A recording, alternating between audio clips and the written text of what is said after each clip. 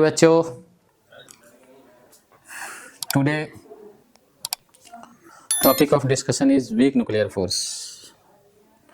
अब तक जो है हम लोग 3 तरह के फोर्स को डिस्कस कर चुके हैं, gravitational force, coulomb force means electric force and a strong nuclear force.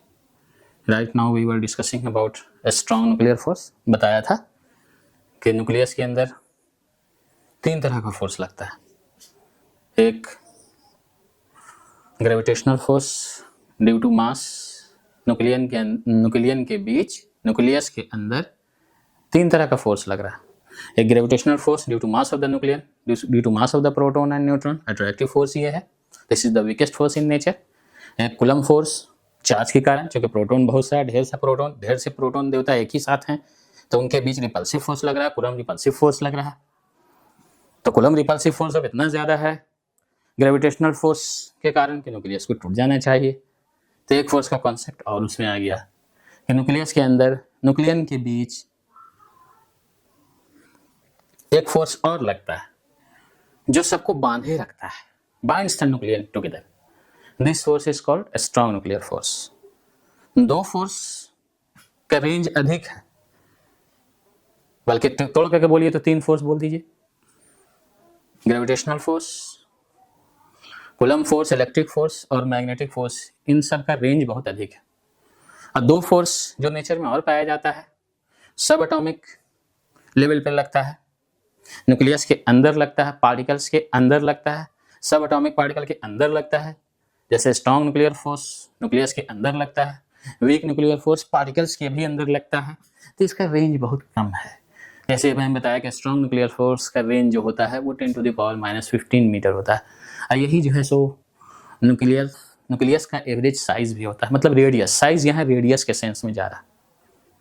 एक फोर्स और है नेचर में, week nuclear force. Weak nuclear force के बारे में बहुत ज़्यादा मालूमात नहीं है, लेकिन मॉडर्न फिजिक्स का ये इंपॉर्टेंट टॉपिक है।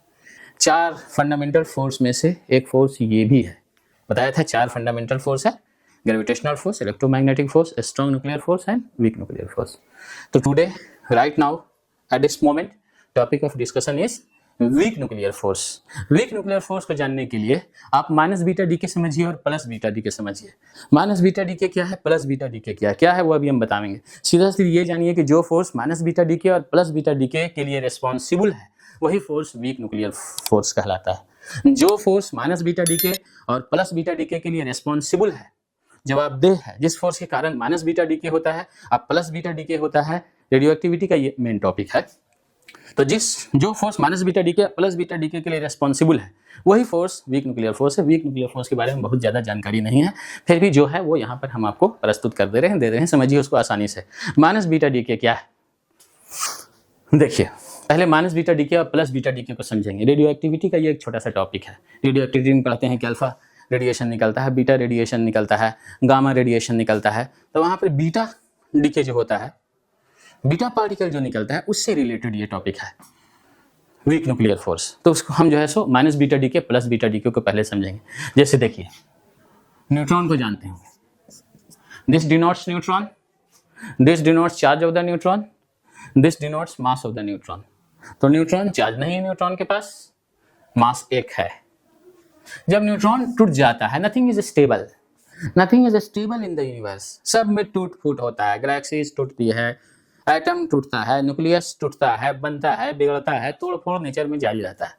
तो न्यूट्रॉन प्रोटॉन जिसको हम स्टेबल समझते हैं वो भी स्टेबल नहीं है, वो भी डिसइंटीग्रेट हो जाता है, वो भी टूट जाता है। तो जब न्यूट्रॉन टूट जाता है तो एक प्रोटॉन बनता है, एक इलेक्ट्रॉन बनता है और एक पार्टिकल और बनता है जिसको एंटी न्यूट्रिनो कहते हैं। क्या कहते हैं? एंटी न्यूट्रिनो कहते हैं।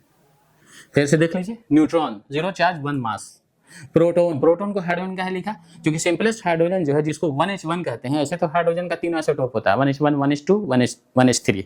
तो 1H1 इज कॉल्ड प्रोटोनियम, इसीलिए प्रोटॉन लिखना रहता है तो 1H1 ही लिख देते हैं। 1H2 इज कॉल्ड ड्यूटेरियम और 1H3 इज कॉल्ड ट्राइटियम। तो I am talking about proton. Proton को हाइड्रोजन क्यों लिख देते हैं? क्योंकि hydrogen is the simplest item, nucleus में हाइड्रोजन के न्यूट्रॉन भी नहीं है, एक प्रोटॉन है, एक इलेक्ट्रॉन चारों तरफ चक्कर लगाता है और एक इलेक्ट्रॉन जो है एक प्रोटॉन की तुलना में 18 से 40 गुना छोटा होता है, इसलिए इलेक्ट्रॉन को नहीं मान के चलते हैं। एक इलेक्ट्रॉन एक प्रोटॉन की तुलना में 18 से 40 गुना छोटा होता है, लगभग मान लीजिए 2000 गुना छोटा होता है, इसलिए इलेक्ट्रॉन को नहीं मानते हैं। इसलिए हम प्रोटॉन को प्रोटॉन न लिख के 1p1 भी लिख सकते थे, लेकिन ज़्यादातर ऐसा हम लोग लिखते हैं 1h1 लिख देते हैं, मतलब हाइड्रोजन के टर्म में लिखते हैं, प्रोटोनियम के टर्म में लिखते हैं प्रोटॉन को। ऐसा इसलिए कि हाइड्रोजन जो है सो सिंपलेस्ट न्यूक्लियस है। सिंपलेस्ट न्यूक्लियस क्यों कह रहे हैं? क्योंकि अंदर में एक प्रोटॉन है, चारों तरफ एक इलेक्ट्रॉन चक्कर लगा रहा है। अब मास के हिसाब से देखें तो एक प्रोटॉन का मास एक इलेक्ट्रॉन के मास से 18 से 40 गुना ज्यादा होता है। इसलिए जब हम मास की बात करते हैं तो इलेक्ट्रॉन को इग्नोर करके चलते हैं, सिर्फ प्रोटॉन के मास की बात करते हैं, प्रोटॉन को लेते हैं।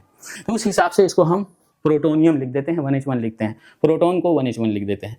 एक चार्ज एक मास, ये इलेक्ट्रॉन है, निगेटिव में चार्ज है, मास देखिए इसके कंपेरेबल लिख रहे हैं, 0 मास दे रहे हैं। एक पार्टिकल है anti neutrino, this reaction is called minus beta DK. क्या कहलाता है? माइनस बीटा डीके कहलाता है। This is the reaction, this is the, आप कह सकते हैं न्यूक्लियर रिएक्शन, लेकिन यहाँ तो न्यूक्लियस से भी छोटा ये हो गया क्योंकि न्यूट्रॉन टूट रहा है, न्यूक्लियस के अंदर का भी पार्टिकल टूट रहा है, तो न्यूट्रॉन भी स्टेबल नहीं है। कभी मत सोचिएगा कि न्यूट्रॉन प्रोटॉन और इलेक्ट्रॉन से मिलकर बना होता है, न्यूट्रॉन प्रोटॉन इलेक्ट्रॉन से मिलकर नहीं बना होता है। सिंपली नेचर में ऐसा हो रहा है कि जब न्यूट्रॉन टूट जाता है तो एक प्रोटॉन बनता है, एक इलेक्ट्रॉन बनता है, एक पार्टिकल भी रिलीज होता है जिसको एंटी न्यूट्रिनो कहते हैं। क्या कहते हैं इसको? एंटी न्यूट्रिनो कहते हैं। This reaction is called minus beta D के, नाम यहाँ से लिया गया है, इलेक्ट्रॉन से नाम लिया गया है, इलेक्ट्रॉन का चार्ज नेगेटिव मान के हम लोग चलते हैं तो नाम यहाँ से लिया गया माइनस बीटा डी के। इसी तरह प्रोटॉन भी स्टेबल नहीं होता है। जब एक प्रोटॉन टूट जाता है, प्रोटॉन को 1h1 क्यों लिख रहे हैं हम समझाया, क्योंकि हाइड्रोजन के टर्म में लिख देते हैं। ऐसा कस्टम है, ऐसा कोई हार्ड एंड फास्ट रूल नहीं, हम 1p1 भी लिख सकते हैं, लेकिन क्यों लिखते हैं? क्योंकि hydrogen is the simplest nucleus, hydrogen के न्यूक्लियस में सिर्फ एक प्रोटॉन ही रहता है, इसलिए हाइड्रोजन न्यूक्लियस के टर्म में ही जो है सो प्रोटॉन को एक्सप्रेस कर देते हैं। बहुत बार ऐसा करते हैं, हमेशा, बल्कि मोस्ट ऑफ द सिचुएशन में ऐसा करते हैं। तो क्या है, जब एक प्रोटॉन टूट जाता है तो एक न्यूट्रॉन बनता है, एक इसका भैया भी बनता है, इलेक्ट्रॉन का एक भाई है जिसको पॉजिट्रॉन कहते हैं। क्या कहते हैं? चार्ज इसका उल्टा होगा, मास लगभग उतना ही, मतलब लगभग ना के बराबर, बहुत छोटा, बहुत कम मास। और एक पार्टिकल भी बनता है जिसको न्यूट्रिनो कहते हैं, एक पार्टिकल भी बनता है जिसको न्यूट्रिनो कहते हैं। This is called plus beta DK. ये जो रिएक्शन है ये प्लस बीटा डीके कहलाता है। कभी मत सोचिएगा कि हाइड्रोजन न्यूट्रॉन और पॉजिट्रॉन से बना होता है, हाइड्रोजन न्यूट्रॉन और पॉजिट्रॉन से नहीं बना होता है। लेकिन जब हाइड्रोजन टूटता है, नेचर में ऐसा हो रहा है, nature is behaving in this way, हम इस बात को बार बार बोलते हैं, नेचर में ऐसा हो रहा है। जब हाइड्रोजन टूट जाता है तो क्या होता है, मतलब एक प्रोटॉन जब टूट जाता है तो क्या होता है, एक न्यूट्रॉन बनता है, एक पॉजिट्रॉन बनता है, एक न्यूट्रिनो बनता है। This reaction is called plus beta decay, this reaction is called minus beta DK. एक न्यूट्रॉन जब टूट जाता है तो एक प्रोटॉन बनता है, एक इलेक्ट्रॉन बनता है, एक पार्टिकल और रिलीज होता है जिसको एंटी न्यूट्रिनो कहते हैं, एंटी न्यूट्रिनो कहते हैं, इसको न्यूट्रिनो कहते हैं। This is called minus beta decay, this is called plus beta DK. ऐसा माना जाता है कि एक फोर्स इसके बिहाइंड काम कर रहा है, इन दोनों रिएक्शन के पीछे एक फोर्स काम कर रहा है। This force is called weak nuclear force, this force is called weak nuclear force. Weak कहने का मतलब ये नहीं कि सबसे छोटा होता है, सबसे कमजोर होता है। वीक इसलिए कह रहे हैं क्योंकि स्ट्रॉन्ग न्यूक्लियर फोर्स के रिस्पेक्ट में ये जो है सो वीक होता है। Otherwise this is not the weakest force in nature. Weakest force in nature is gravitational force. अगर हम चारों फोर्स का रेशियो निकाल दें तो, जैसे मान लीजिए हम चारों फोर्स का रेशियो निकालें, इलेक्ट्रोमैग्नेटिक फोर्स,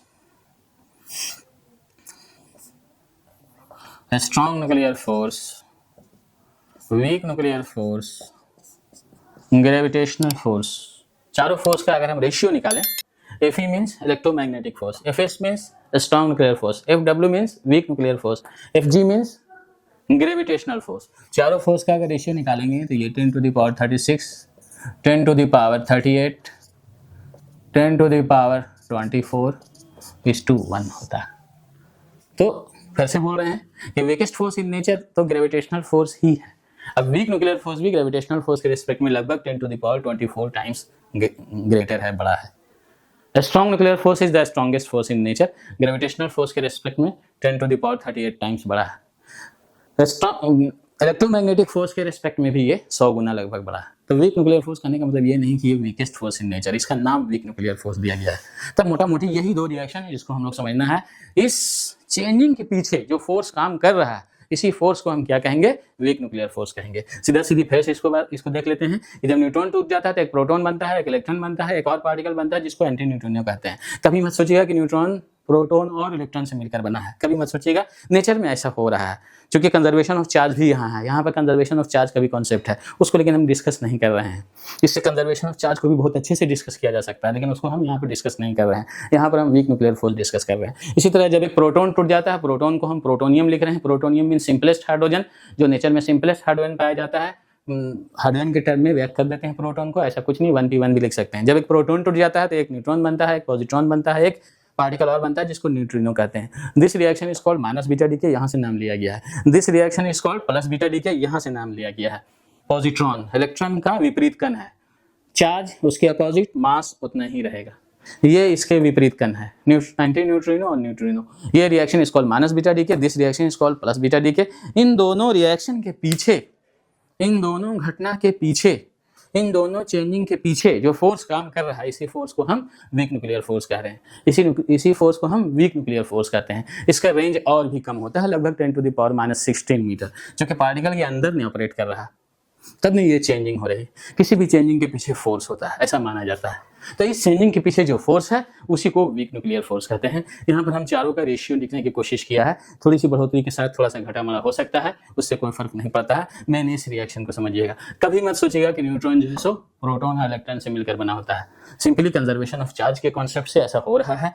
कभी मत सोचिएगा कि प्रोटॉन जो है सो न्यूट्रॉन और पॉजिट्रॉन से मिलकर बना होता है। Simply nature is behaving in this way, ऐसा नेचर में हो रहा है। लेकिन कंजर्वेशन ऑफ चार्ज है, कंजर्वेशन ऑफ चार्ज है। यहाँ देखिए जीरो चार्ज, तो यहाँ भी देखिए जीरो चार्ज। रिएक्शन के पहले भी, चेंजिंग के पहले भी जीरो चार्ज, चेंजिंग के बाद भी जीरो चार्ज।